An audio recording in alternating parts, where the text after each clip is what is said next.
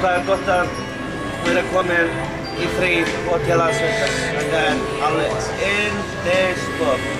Að vera bara búinn að keyra alla þessa leið niður frá Seattle og svo komin til Las Vegas.